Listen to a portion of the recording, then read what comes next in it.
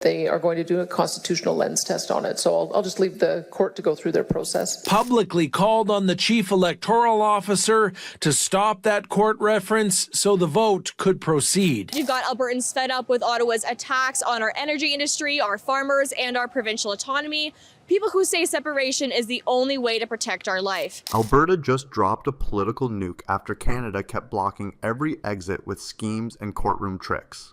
Ottawa thinks delay tactics can cage the province forever, but reality says otherwise. Without that, they will continue to ignore us if they do not know that we are serious.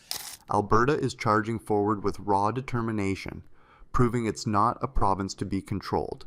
It's a force to be reckoned with. Some of our smaller issues, and the people of Alberta come in guns blazing like, nope, we need to threaten to leave. We need to threaten to leave right now. They don't have the same seismograph in Alberta. So you have to magnify the sounds of discontent for Ottawa to hear it. Are your rights to security of the person somehow offended because your fellow Albertans are being asked a question? Absolutely not. Now let's talk about the rules. Danielle Smith's UCP government actually made this possible by changing the petition law. Before, Albertans had to pull off the impossible, collect 600,000 signatures in just 90 days. Law was updated by the Alberta government to go from like 600,000 signatures to 177,000. And the APP... No one was going to make it.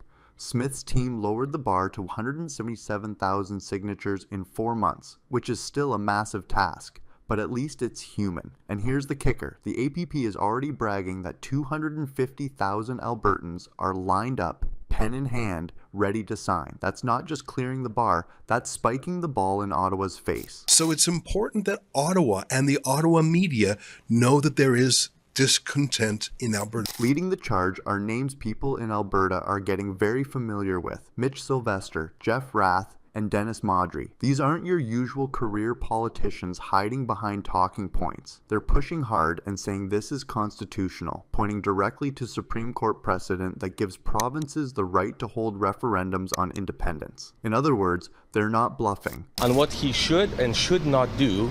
Well, we don't think that the province is lining up on our side with this matter. They're simply saying that there's legislation in place that's clearly intended to have Albertans vote on issues of public importance. They've got legal receipts, and Ottawa knows it.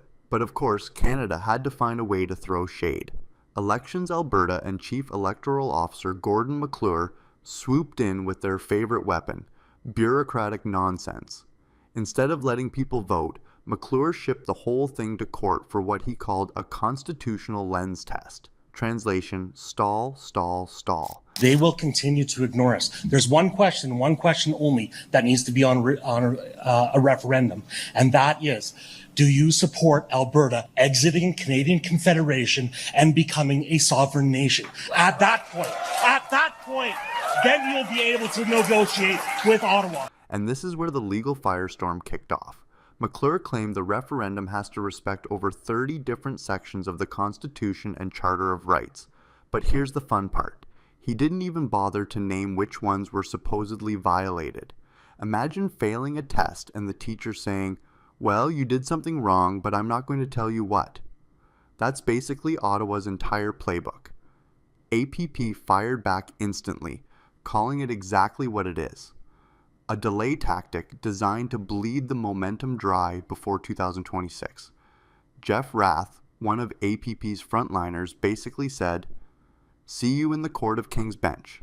Because if they're going to stall, APP is going to fight back in every legal way possible. That we are serious and we can leave at any point in time. We will not ever get a pipeline to the Atlantic Ocean. It is time to put the separation question on a ballot so that Alberta people can decide. And they're not walking into court with rookies either. Big names like Keith Wilson, Jeff Rath himself, and Eva Chaput are all burning the midnight oil, filing court briefs to crush this roadblock. These aren't interns writing memos. These are seasoned constitutional lawyers who thrive on this stuff. And presiding over it all is Justice Feasby, a heavyweight judge with serious experience. The hearings are moving faster than anyone thought, which already has the Ottawa loyalists sweating through their suits. If the court signs off on this referendum, Elections Alberta will have just 30 days to open the gates for official signature collection. At that point, Alberta could be just months away from having independence on the ballot. In an uphill battle, Electoral officer asked a judge to weigh in on whether or not it violates the Constitution. So this is nothing more or less than an attempt at delay, and from our perspective, it's an abusive process. Now, if the court fight wasn't dramatic enough, here comes the circus with clashing petitions. Ex-politician Thomas Lucas decided to step in with his genius idea: launch a petition to keep Alberta forever in Canada. That separation petition has rattled the establishment, and now we're seeing the counter-attack. Former PC Deputy Premier Thomas Lukaszuk, one of the loudest critics of Alberta independence, jumped in quickly to get his petition approved by Elections Alberta. A judge straight up called it legally irrelevant, a nothing burger. Imagine pouring weeks of work into a petition just to have it roasted in open court. Lucas should have just gone to Hollywood, where meaningless scripts still get greenlit. as Alicia Fieldberg reports, experts say this is the latest obstacle. But here's where it gets laughable. Despite Lucas's petition being a legal nothing, Elections Alberta actually approved his question, while Sylvester's independence petition was thrown into legal purgatory. If that doesn't scream double standards, what does? It's the classic case of Ottawa playing favorites. When someone wants to keep Alberta chained to Canada, they roll out the red carpet. When someone wants to ask if Alberta can leave, suddenly it's a constitutional crisis. Let's let the people have their say and put the issue to rest. Either Albertans want it or they don't, but let's schedule it. Let's articulate our arguments for and against, and let's let democracy have a say. And let's not forget the Quebec comparison, because this is where the hypocrisy really shines. Quebec has been flirting with sovereignty for decades. They've held referendums, waved their flag in Ottawa's face, and still, they collect between $13 and $15 billion every single year in equalization payments. That's billions with a B, much of it coming straight out of Alberta's pocket. So Quebec gets to tease independence while pocketing the cash. But Alberta, the second it dares to ask the question, Canada acts like the sky is falling. There are exit routes out of Canada, but they would be painful, protracted, and unbelievably costly to the people of Alberta in ways that this province has to have a serious conversation about. Danielle Smith tried to step in with her own version of damage control, saying independence wouldn't violate any treaty rights. But come on, nobody bought that as a magic solution. The rallies themselves prove otherwise. Every time Smith or her government shows up, you can see the cracks splitting wider. They're for Alberta patriots as government bureaucrats come up with delayed tactics to deny Albertans the right to vote for their independence. And if you thought the rallies were heated, the Alberta Next panels made it even more obvious that Smith is stuck in a blender of expectations. These panels were supposed to be structured, calm, let's talk about options sessions. Instead, they've turned into open mic nights for independence hardliners who don't want polite discussions. They don't want sovereignty within Canada. That phrase is officially dead, buried, and forgotten. They want one thing only, a clear yes or no vote on full independence. Nothing less. Their public criticisms of the chief electoral officer, an independent officer, I think that did not land well at all, and I think we saw a reflection of that last night in the latest Alberta Next panel forum. The way Smith gets treated at these panels tells the story better than any headline. One moment she's cheered, the next she's booed, and then she's heckled until she looks like she's trapped on stage at a comedy roast gone wrong. People shove petitions into her hands demanding her signature, but she sticks to her script, repeating, "I believe in a united Canada and an Alberta within it." To her, that's the balancing act. To her critics, that's just fence-sitting. Hardliners are accusing her of playing the middle while moderates cling to her words like a lifeline, terrified of what independence could do to the economy, jobs, and investment climate. She's caught between two sides that both want her to commit, but in completely opposite directions. Danielle Smith, do you agree that Alberta should remain in Canada? And will you sign this petition? Meanwhile, the NDP is tearing into her government for leaning on the electoral officer.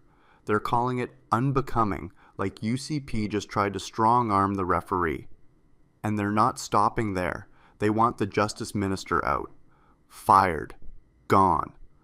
It's one thing to complain about independence being a threat, it's another to accuse the government of trying to bully the process. But that's the level of tension right now. Many public opinion polls have already concluded that the majority of Albertans want to stay in Canada. Such a referendum. As if we care about your opinion.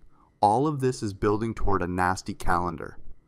The legislature reconvenes in October 2025, and just weeks later, in November, the big court showdown hits. So it's guaranteed this mess is going to drag out for months, with every side sharpening their arguments and every headline adding more fuel to the fire. Sylvester's constitutional petition on leaving Canada, meanwhile, has been referred to the court by Elections Alberta to see if it violates the Constitution. Now here's where the road to 2026 gets dicey. With the UCP's majority, Alberta doesn't even have to sit around and wait for Ottawa or the courts to play ball. They can nuke the process by amending the Citizens Initiative law again in September, bulldozing the roadblocks altogether. They've already shown they'll rewrite the rules when they feel like it, and that threat alone has Ottawa sweating. Continues or has ignored us and will continue to ignore us. It doesn't matter what we do here tonight or what the outcome of this is. They will continue to ignore us. And they'll keep doing it until Alberta shows it's actually ready to walk. It's like haggling with a landlord when you've already told him you'll never move out. He'll just keep hiking the rent because he knows you're bluffing. Alberta's independence camp is done bluffing, and they want everyone to know it.